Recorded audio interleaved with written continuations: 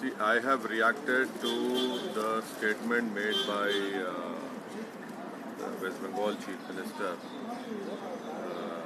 Mamata Banerjee, wherein she said that her Gotra is Chandliya, and she also proudly claims that she is a Hindu Brahman. And throughout this election campaign, she has been reciting Chandi Path, Durga Path. My reaction to her statement is that if she is saying that she belongs to an upper caste Brahman Hindu community and that too her Gotra is Chandliya, then where should Muslims and Dalits of West Bengal go? Muslims comprise 27% and 22% are Dalits of West Bengal, who are not part of this Varna system. That is why I condemn her statement, wherein she is claiming to be from an upper caste. She is practicing same politics of communalism which is being practiced by Narendra Modi and BJP. I don't find any difference between what she is saying in this election and in her election campaign and what BJP is doing. So Mamata Banerjee and Narendra Modi are made for each other.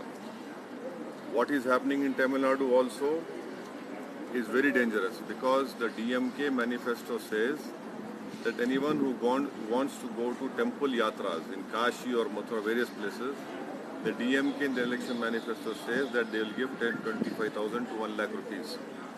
This is nothing but everyone is trying to prove, whether it's Mamata Banerjee, Stalin or Narendra Modi or other secular parties like even Congress party, that who is a bigger and better Hindu.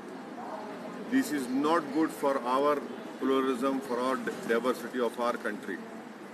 You are weakening the beauty of our country, that is pluralism and diversity. And the last important point is that if this sort of competition continues on who's a bigger Hindu, whether it's Narendra Modi or whether it's Mamata Banerjee or Rahul Gandhi or Stalin, then you mark my words, in future India's politics will become like Israeli political parties, which what is happening in Israel right now. Every political party in Israel has become more ultra-Israeli and right-wing. That day is not far when what is happening in Israel will be reflected in India's politics. That is why people should carefully exercise the right to vote. When it comes to these statements, it clearly shows the mindset of that particular leader, and they are taking every voter for a right in the name of secularism, in the name of pluralism. Your party is contesting here. What is the trend you are seeing in Tamil Nadu? We are in alliance with Mr. T.T. Dinakaran's AMMK, and we are contesting 3 seats. I am thankful to Mr. T.T. Dinakaran for making us part of his grand alliance.